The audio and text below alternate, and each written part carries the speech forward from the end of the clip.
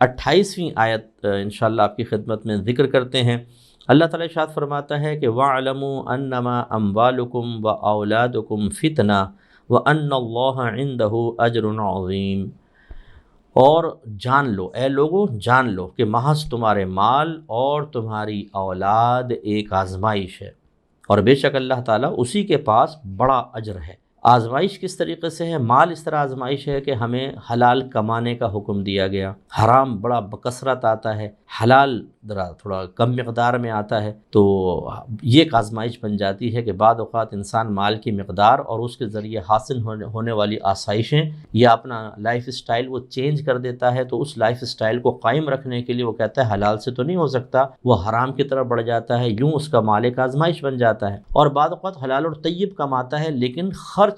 حرام جگہوں پر کر دیتا ہے۔ اسی طرح اللہ تعالیٰ کے صدقات واجبہ نکالنے ہوتے ہیں، یعنی زکوٰۃ ہے، قربانی ہے، فطرہ ہے، کوئی منت پوری کرنی تھی، وہ کچھ کفارے وغیرہ لازم ہو گئے تھے یا فدیہ دینا تھا تو اس میں خرچ کرنا۔ ایسے آپ حج کرتے ہیں تو بعض اوقات دم لازم ہو جاتا ہے، بکرے وغیرہ ذبح کرنے پڑتے ہیں، تو پھر یہ ایک مال آزمائش بنتا ہے کہ انسان اپنے مال کو جدا نہیں کرنا چاہتا، اس کو روکتا ہے۔ اسی طرح کوئی بہت ہی ضرورت مند ہمارے پاس آ جاتا ہے، ضرورت سے زائد ہمارے پاس مال موجود ہے، لیکن مال کی محبت میں اس کو اس لیے منع کر دیتے ہیں کہ یار مال میں کمی ہو جائے گی۔ یہ ہے آزمائش۔ اس لیے اچھی طریقے سے یاد رکھیں کہ حلال ذرائع سے ہی مال کمانا چاہیے، حلال ذرائع میں خرچ کرنا چاہیے، اور اللہ تعالیٰ نے جو چیزیں ہم پر مال کے سلسلے میں لازم قرار دی ہیں اس میں بالکل بخل نہیں کرنا چاہیے۔ ہم نے کتنے لوگوں کو دیکھا ہے بہت پیسہ ہوتا ہے تو زکوٰۃ بھی پھر لاکھوں یا کروڑوں میں بنتی ہے، تو کہتے ہیں کروڑوں میں زکوٰۃ نکال دیں، 1 کروڑ زکوٰۃ، 2 کروڑ زکوٰۃ، تو بخل غالب آ جاتا ہے۔ ایسے سے لوگ دیکھیں کہ اللہ نے بڑا پیسہ دیا ہے لیکن حج پر نہیں جاتے ہیں کہ 5-10 لاکھ روپے خرچ ہو جائیں گے اور اسی طرح مر جاتے ہیں۔ ایسے لوگوں کے لیے مال کتنی بڑی آزمائش اور آخرت میں ان کا انجام دردناک ہو سکتا ہے۔ اور اولاد اس طریقے سے آزمائش بنتی ہے کہ کبھی تو یوں کہ اولاد ہے ہی نہیں، تو اس طور پہ اولاد کی ایک اولاد آزمائش بن جاتی ہے کہ اب امتحان ہے، صبر کا امتحان، اللہ کی رضا پر راضی رہنے کا امتحان، اور ہم کبھی اس پہ صبر نہیں کر پاتے۔ بعض اوقات کلمہ شکوہ شکایت نکل جاتا ہے کہ اللہ تو نے سب کو اولادیں دی ہیں، مجھے کیوں نہیں دی؟ ہم اعتراض کرتے ہیں اللہ کی تقسیم پر اور بعض اوقات ایمان ضائع کروا لیتے ہیں۔ اور کبھی ایسا ہوتا ہے کہ اولاد جب ہمیں ملتی ہے تو جو مطلوب تھا وہ نہیں ملتا۔ مثلا ہم چاہتے تھے لڑکا ہو جائے، لڑکی پیدا ہو گئی۔ میرے آقا صلی اللہ علیہ وسلم نے ارشاد فرمایا کہ اگر میں اولاد میں سے ایک کو دوسرے پر فوقیت دیتا تو میں لڑکیوں کو لڑکوں پر فضیلت عطا فرماتا۔ لڑکی تو اتنی پیاری چیز ہے، اللہ تبارک و تعالیٰ نے اپنے حبیب کے تمام بیٹے بچپن میں ہی ان کو وفات دی ہے، ان کو زندہ نہیں رکھا۔ آپ کی صاحبزادیاں زندہ رہیں اور خصوصاً بی بی فاطمہ رضی اللہ تعالیٰ عنہا، آپ سے سرکار کی نسل چلی ہے۔ تو یوں ایک اولاد آزمائش بن جاتی ہے کہ ہم یہ انصاف نہیں کر پاتے یا اللہ کی تقسیم پر ناراض ہوتے ہیں، ناک بھوں چڑھاتے ہیں، تو یہ ایک آزمائش، اور اس آزمائش میں ہم ناکام ہو جاتے ہیں اور اس کی سزا ہو سکتی ہے۔ بعض اوقات ایسا ہوتا ہے کہ اولاد ہوتی ہے، لڑکے بھی ہیں لڑکیاں، ہم ان میں انصاف نہیں کر پاتے، کسی کی طرف زیادہ میلان، دوسرے کی طرف کم، کسی کو زیادہ دے دیا، کسی کو کم دے دیا، حالانکہ وجہ فضیلت کوئی خاص نہیں ہوتی۔ بعض اوقات بلکہ یوں دیکھا ہے میں نے کہ ایک دیندار بچہ ہے، اسے خواہ اوائڈ کریں گے، اور ایک امریکہ میں سیٹلڈ ہے، وہ جب گھر میں آئے گا تو اس کو سرآنکھوں پہ بٹھائیں گے۔ اس جو گھر میں بچے ہیں یا جو مولوی صاحب ہیں، ان کی بیوی کی کوئی قدر و قیمت نہیں ہے، سارا کام وہ کرے گی، اور جو باہر سے بیٹا آیا ہے اس کی بیوی بالکل ٹھاٹ باٹ کے ساتھ رہے گی، اور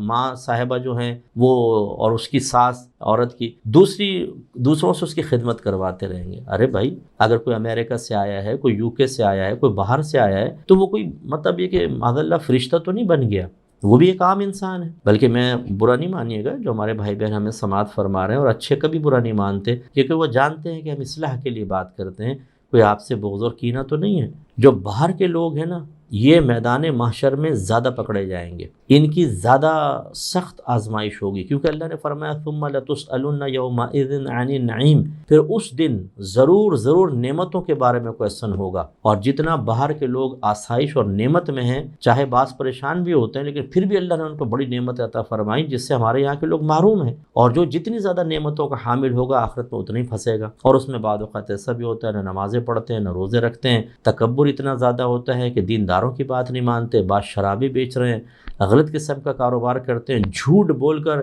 مطلب ویزے حاصل کرتے ہیں اور نیشنلٹی حاصل کرتے ہیں، بعضوں نے بیویوں کو طلاقیں دے دی ہیں اور ساتھ رہ رہے ہیں، لکھوا دیا جی میں تو بیوی کو طلاق دے چکا ہوں تاکہ وہاں کی عورت سے نکاح میرے لیے صحیح ہو جائے قانونی اعتبار سے، اور جب یہ کہہ دیا کہ طلاق، تو وہ طلاق ہو گئی بیوی کو، اب یہ نہیں پتہ کہ یہ طلاق ہو چکی ہے، اس کے بعد اس سے مل بھی رہے ہیں، سب کچھ کر رہے ہیں۔ تو خلاصہ کلام یہ ہے کہ ماں باپ بھی بعض اوقات اپنی اولاد میں انصاف نہیں کر پاتے، حالانکہ نبی کریم صلی اللہ علیہ وسلم نے فرمایا کہ اپنی اولاد میں انصاف سے کام لو، اگرچہ بوسہ دینے میں، یعنی ایک بچے کو پیار کیا ہے تو دوسرے کو بھی پیار کرو، یہ انصاف قائم کرنے کا حکم دیا گیا ہے، لیکن اس میں بعض اوقات انسان پورا نہیں اتر پاتا۔ اسی طریقے سے اولاد اس اعتبار سے بھی آزمائش ہے کہ شریعت نے ان کی تربیت کا حکم دیا، انہیں دین سکھائیں، ان کو فرض علوم سکھائیں، ان کی شخصی تعمیر کریں، ان کی ذہنی تعمیر کریں، انہیں گناہوں کی معرفت دیں تاکہ وہ خطاؤں اور گناہوں سے بچیں۔ لیکن اکثر ہم نے دیکھا ہے کہ دنیاوی تعلیم ہی ہمارے پیش نظر ہوتی ہے، تھوڑا بہت دین کا کر دیا، ناظرہ قرآن زیادہ تیر مارا، حفظ کروا دیا، ایمان مفصل، ایمان مجمل 6 کلمے، اس کے بعد ختم، یا نماز تھوڑی سکھا دی اور کچھ سنت کے مطابق جو عربک میں دعائیں ہوتی ہیں وہ یاد کروا دیں، اس کے بعد ہم سمجھتے ہیں ہم نے بہت بڑا کارنامہ کیا۔ یہ پتہ ہی نہیں ہے کہ عقیدے کے سلسلے میں کیا کیا سکھانا ہے، احکام شرعیہ عملیہ کے بارے میں کیا بتانا ہے، گناہوں کی معرفت کے بارے میں کیسے بتانا ہے، کس طرح بچوں کی تربیت ہوگی۔ تو یہ بھی ایک وجہ ہوتی ہے ان کے بچوں کی اولاد کے آزمائش ہونے کی کہ والدین اکثر ان کی صحیح تربیت نہیں کر پاتے، انہیں وہ چیز نہیں سکھاتے جو مطلوب شرع ہے۔ اس میں اچھی طرح یاد رکھیے گا، پھر بالغ ہونے کے بعد اگر آپ نے تربیت میں کوتاہی کی تھی، بالغ ہونے کے بعد اولاد جو گناہ کرے گی، اگر اس میں آپ کی تربیت کے نہ ہونے کی وجہ سے ایسا ہوا ہے تو آپ کے نام اعمال میں بھی گناہ لکھا جائے گا۔ اس لیے اپنی اولاد کو اس انداز سے آزمائش نہ بننے دیں کہ میدان محشر میں گرفت ہو جائے یا دنیا میں بے برکتی ہو جائے، اس کا خیال رکھیں۔ بہت سے والدین ایسے ہیں جو بچوں کو گناہ کرتے دیکھتے ہیں لیکن ان کو نیکی کا حکم نہیں کرتے،